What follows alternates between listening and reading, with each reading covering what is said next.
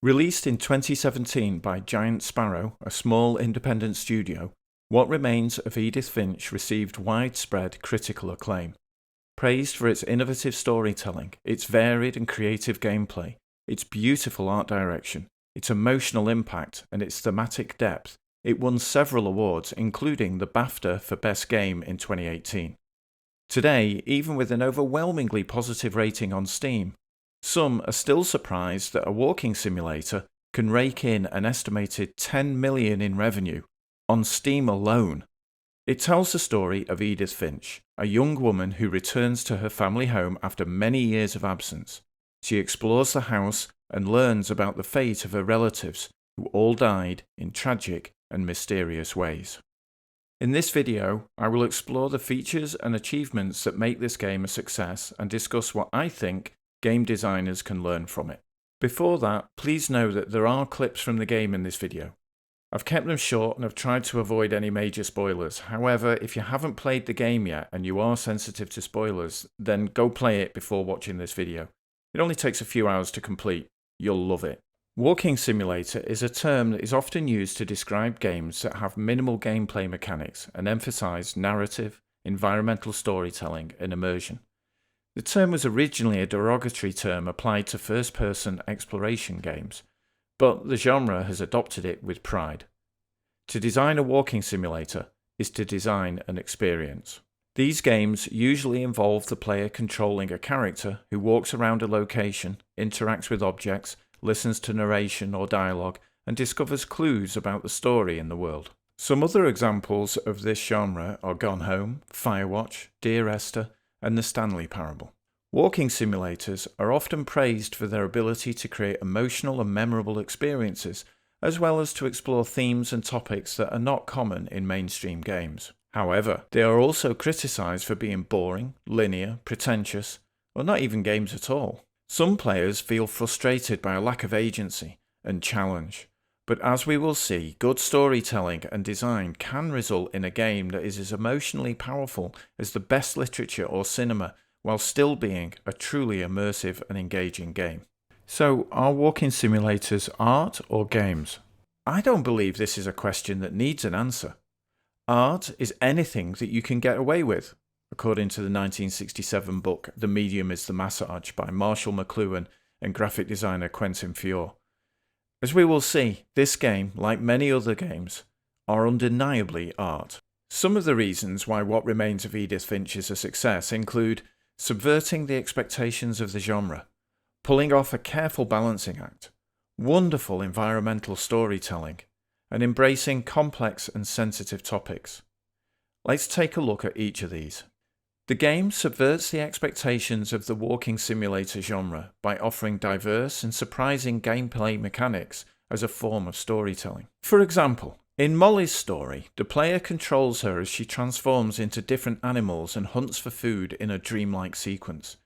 This mechanic captures her imagination, curiosity, and hunger as a child. In Lewis's story, the player controls the character's fantasy world on the left side of the screen, while performing his mundane job of cutting fish on the right side of the screen.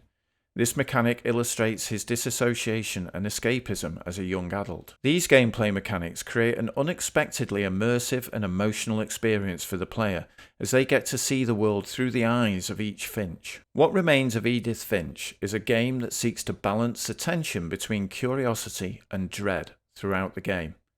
There's a constant sense of mystery and horror as the player discovers more and more about the family curse. But there's also an ever-growing sense of wonder and beauty as the personalities of each member of the Finch family is discovered within the house through the memories that it contains. One of the ways the game achieves this balance is by using different gameplay styles and perspectives for each family member's story.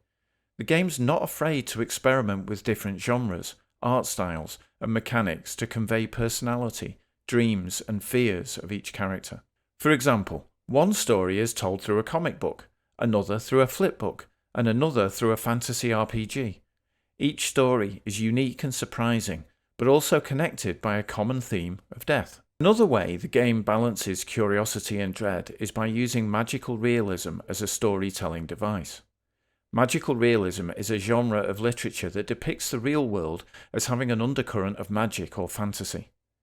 Within a work of magical realism, the world is still grounded in the real world, but fantastical elements are considered normal. The game uses magical realism to show how each family member copes with their inevitable fate, whether it's by escaping into their imagination, embracing their destiny, or denying their reality.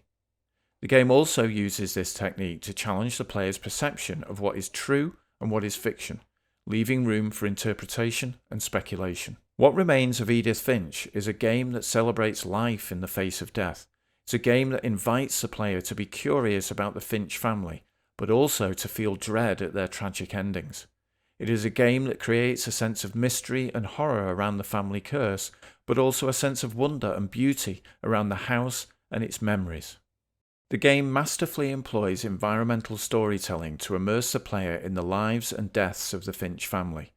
The house is not just a backdrop, but a living witness to the history and legacy of each Finch.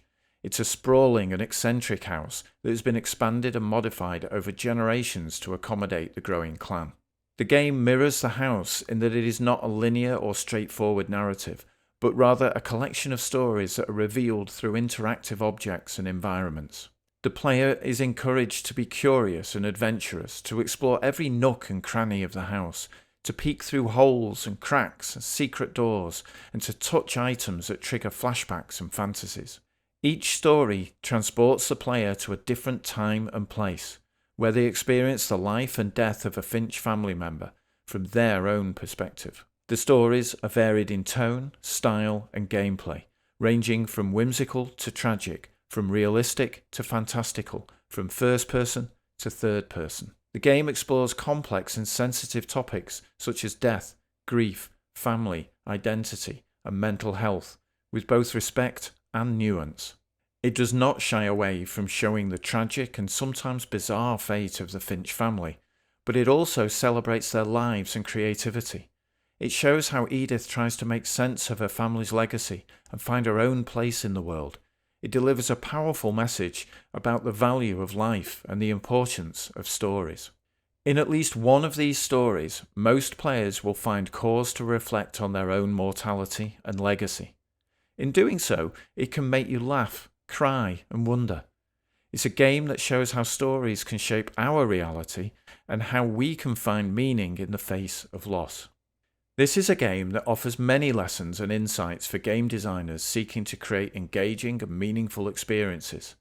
For me, the standout lessons include creating tension through contrast, enabling player agency through environmental storytelling, delivering subtlety through symbolism and metaphor, touching players by tackling difficult or taboo topics. Let's look more deeply into each of these lessons. The game cleverly creates contrast between different elements of the story, with tone, pace, scale, colour, sound, etc. This sustains interest. Glimpses into areas yet to be explored provide brief peeks into future stories, foreshadowing what is to come and building anticipation. One way this is done is by juxtaposing the vast, sprawling outdoors and the elaborate interiors of the Finch's house.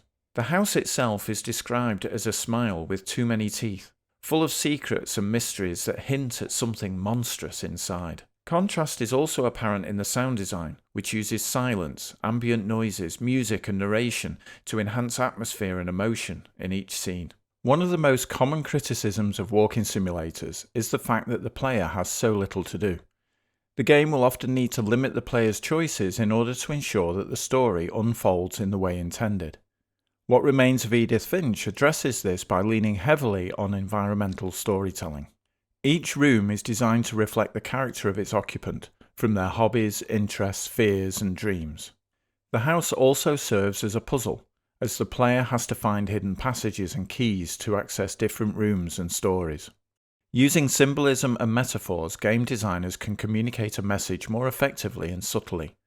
Rather than having an explicit passage covering Lewis's mental illness, clues are littered throughout the house.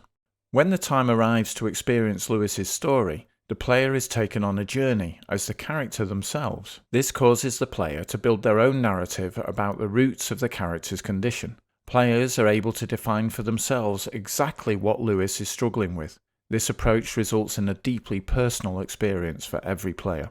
What Remains of Edith Finch is a game that demonstrates how walking simulators can be more than just walking. What Remains of Edith Finch, like many walking simulators, demonstrates the diversity and creativity of games as an art form.